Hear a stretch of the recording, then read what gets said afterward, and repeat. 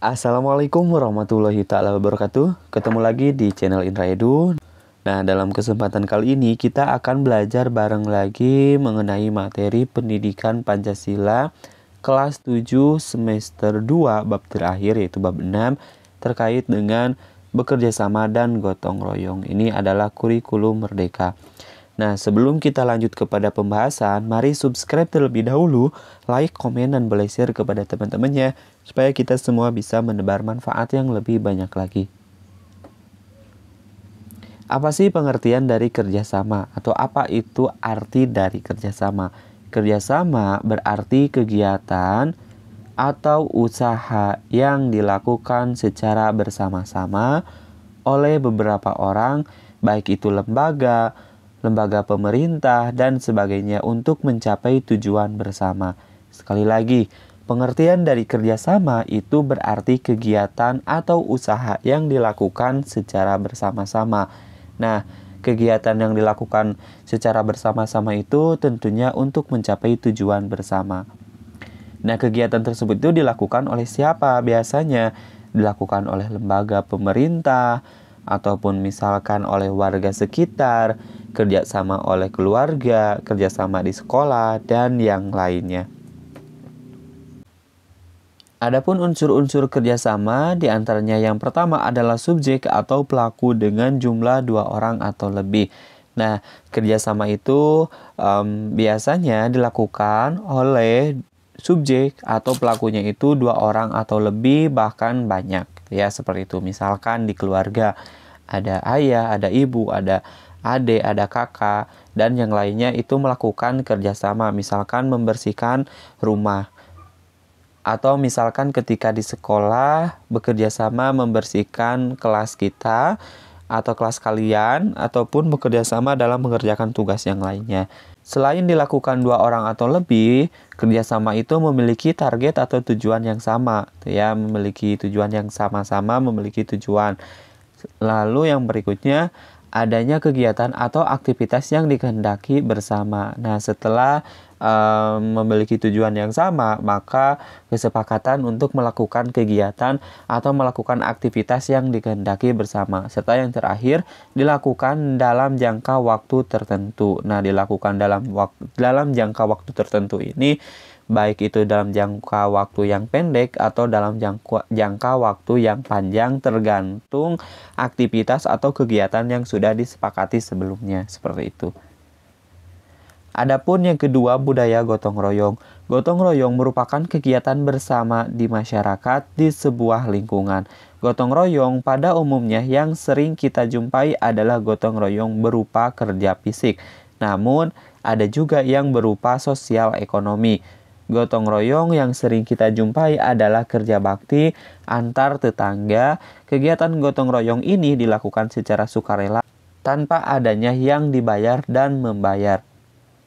Istilah gotong royong dari berbagai daerah. Misalnya di sini dari Sumatera Utara ada istilah gotong royongnya itu disebut Marsialapari. Terus juga ada di Sumatera Barat istilah gotong royongnya itu adalah Manunggal Sakato. Sementara di Kalimantan Timur ada Paleo, Minahasa ada Mapalus. Terus juga istilah gotong royong dari daerah Papua, Helmpoy, Kenambai, Umbai. Sementara di Jawa, istilah gotong royong itu disebut juga dengan gugur gunung. Terus juga ada Subak di Bali dan NTT Pawoda. Nah, nilai penting kerjasama dan gotong royong. Yang pertama adalah saling memahami.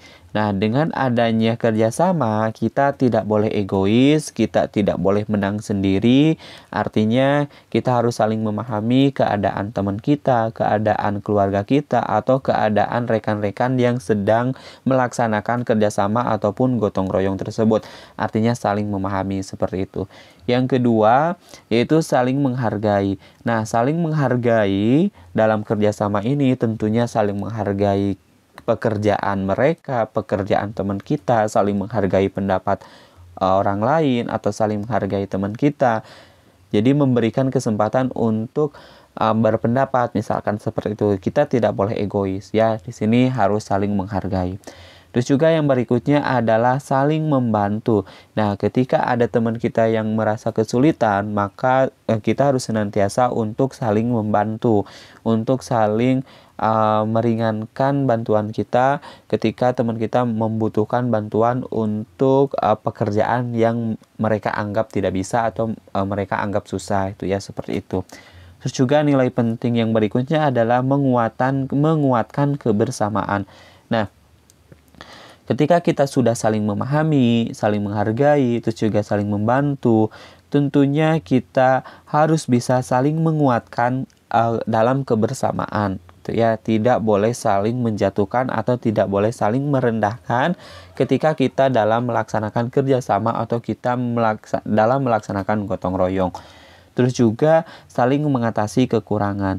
Nah, saling mengatasi kekurangan di sini ketika misalkan kita teman kita atau kita sendiri yang memiliki kekurangan, kita jangan sungkan-sungkan untuk meminta bantuan kepada rekan kita, kepada teman kita gitu ya, apabila kita memiliki kendala-kendala yang tidak dapat kita atasi secara pribadi gitu ya, makanya dipecahkan secara bersama-sama. Nah, itulah beberapa nilai penting kerjasama dan juga gotong royong. Nah, kerjasama dan gotong royong tentunya menimbulkan kita harus senantiasa memiliki beberapa olah. Yang pertama adalah olah hati, yang kedua olah pikir, yang ketiga adalah olahraga, terus juga olah rasa, dan olah karsa. Nah, olah pikir di sini adalah menandakan karakter biru, yaitu karakter biru itu adalah suka damai, harmonis gitu ya. Nah, dengan adanya kita sering mengolah hati, perasaan kita, tuh ya, perasaan kita, maka yang akan timbul ke dalam diri kita sendiri itu adalah merasa damai serta harmonis. Yang berikutnya olah pikir. Ketika kita senantiasa mengolah pikir kita, maka yang akan kita rasakan, kita akan merasakan teliti serta akademis pun akan meningkat. Yang berikutnya adalah olahraga atau karakter kuning. Nah, dengan adanya kita senantiasa olahraga, baik olahraga tubuh gitu ya, olahraga fisik, maka yang akan kita rasakan adalah dengan adanya keteguhan dan juga disiplin. Serta yang terakhir adalah olah rasa dan olah karsa. Di sini adalah karakter merah, yaitu nanti yang akan kita rasakan atau kita petik hikmahnya, yang akan kita petik adalah kreatif serta komunikatif. Nah, yang berikutnya adalah konsep dasar revolusi mental, di mana revolusi mental ini yang pertama yang harus kita tanamkan mental adalah integritas, yang kedua adalah etos kerja, yang ketiga adalah gotong royong.